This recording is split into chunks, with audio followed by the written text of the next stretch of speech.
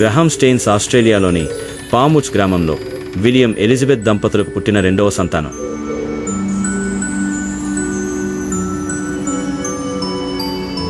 చాలా బలంగా ఉన్నాడు.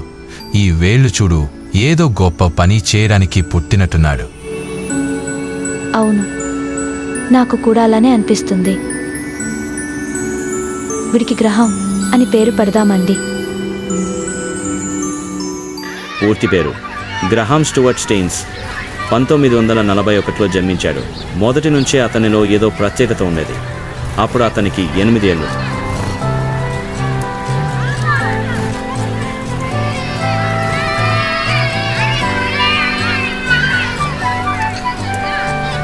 గ్రహాం, నువ్వు కూడా వచ్చి ఆడు. నేను తర్వాత వస్తా.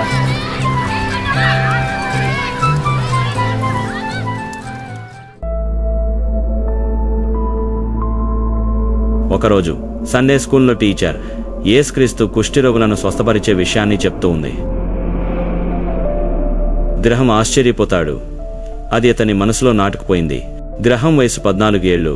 ఒకరోజు చర్చిలో ఇండియాకు చెందిన మిషనరీ ఇండియాలోని ఒడిశాలో కుష్ఠురోగులను అంటరాని వారుగా చూస్తారు. వారికి తినడానికి తిండి కూడా లేదు, కానీ వారు దేవుని దృష్టికి మంచివారు.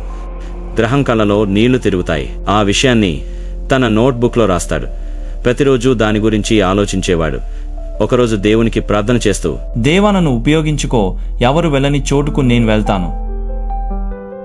అప్పుడు దేవుడు వెళ్ళమని సమాధానం ఇస్తాడు. అప్పుడు అతనికి 24 ఏళ్ళు. ఇండియాకు ప్రయాణం అవుతాడు.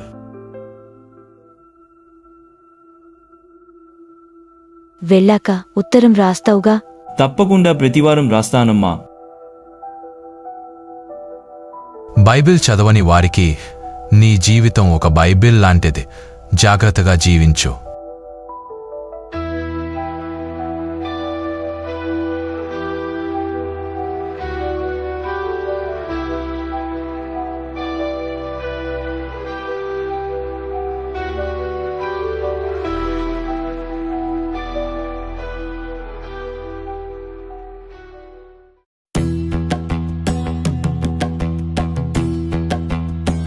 భాష తెలీదు, ఆచారాలు తెలియదు, కానీ ఎందుకు వచ్చాడో తెలుసు.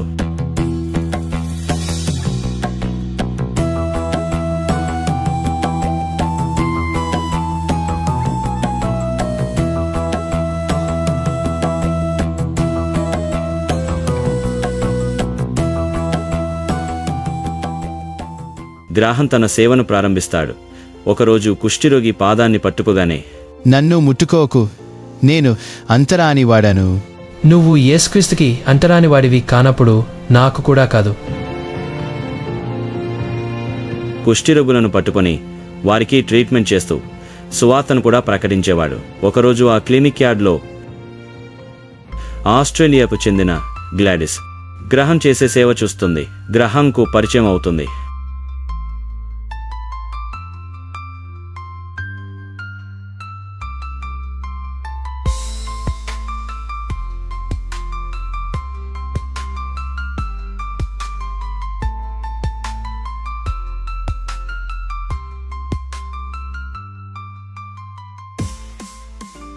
మీరు ఒడియా నాకన్నా బాగా మాట్లాడుతారు. కొన్ని తప్పులు చేసి నేర్చుకున్నాను. ఎవరు ఇక్కడ ఎక్కువ కాలం ఉండరు. నేను ఐశ్వర్యం కోసం రాలేదు, దేవుడి పిలుపు విని వచ్చాను. వారిద్దరి మనస్సులు దగ్గరవుతాయి. పెళ్లి చేసుకోవాలని నిశ్చయించుకుంటారు. గ్రహాం, గ్లాడిస్తో కలిసి సేవ చేస్తానని మాట ఇస్తున్నావా?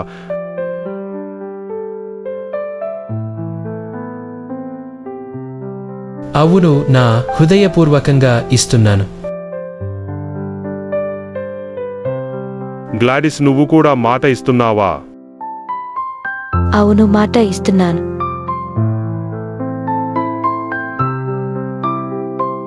కొంతకాలానికి వారికి 3 పిల్లలు పుడతారు.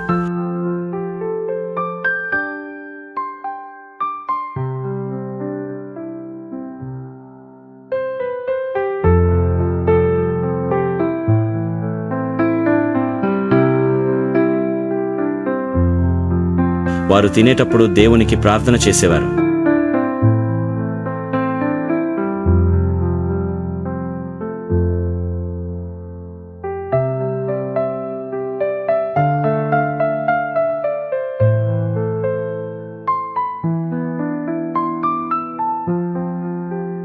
పాపా, ఇక్కడి ప్రజలు ఎందుకు మనల్ని తదేకంగా చూస్తారు? ఎందుకంటే మనం చూపించే దేవుని ప్రేమ వీరిని ఆశ్చర్యపరుస్తుంది. గ్రహం తన సేవలో ప్రజలకు చికిత్స చేయడం, పిల్లలకు చదువు నేర్పించడం,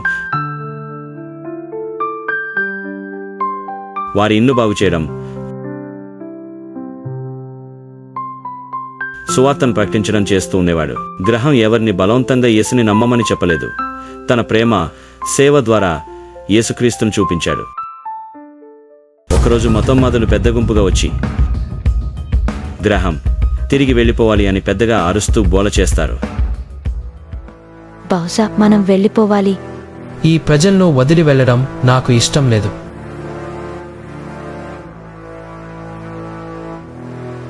ఒకరోజు గ్రహం తన ఇద్దరి పిల్లలతో జీపులో వస్తున్నాడు.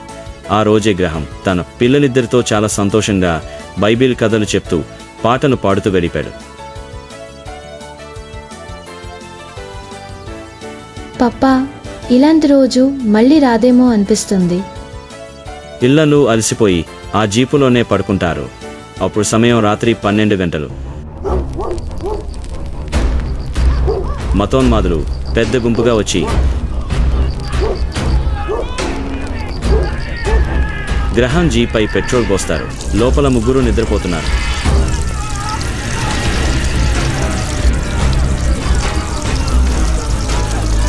ఒక వ్యక్తి కాల్ చేయండి అని అరుస్తాడు.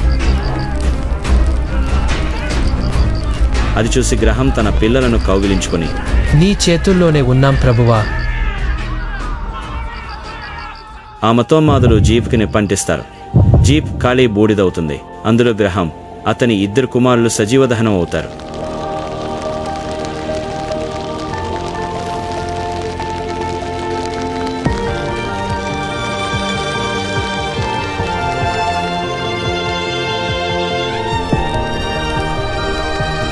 ప్రపంచం ఒక్కసారిగా ఉలిక్కి పడింది. ప్రపంచ ప్రజలు ఆగ్రహంతో ఉన్నారు. కానీ గ్రహం స్టెయిన్స్ భార్య మాత్రం గొప్ప స్టేట్మెంట్ ఇచ్చింది. నాకు వారిపై ఎటువంటి ద్వేషం లేదు. వారిని నేను క్షమించాను, ఎందుకంటే యేసుక్రీస్తు నన్ను క్షమించాడు. కాబట్టి నేను కూడా వారిని క్షమిస్తున్నాను. కొన్ని రోజులకు అక్కడే గ్రహం స్టెయిన్స్ మెమోరియల్ హాస్పిటల్ స్థాపించబడింది.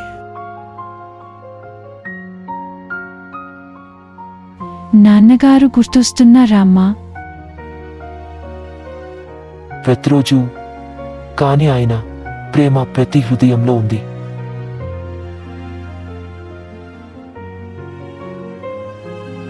ఆయన వెనక ప్రసిద్ధి లేదా ఆస్తి లేదు. ప్రేమ, క్షమతో కూడిన ఒక శాశ్వత వారసత్వం ఉంది.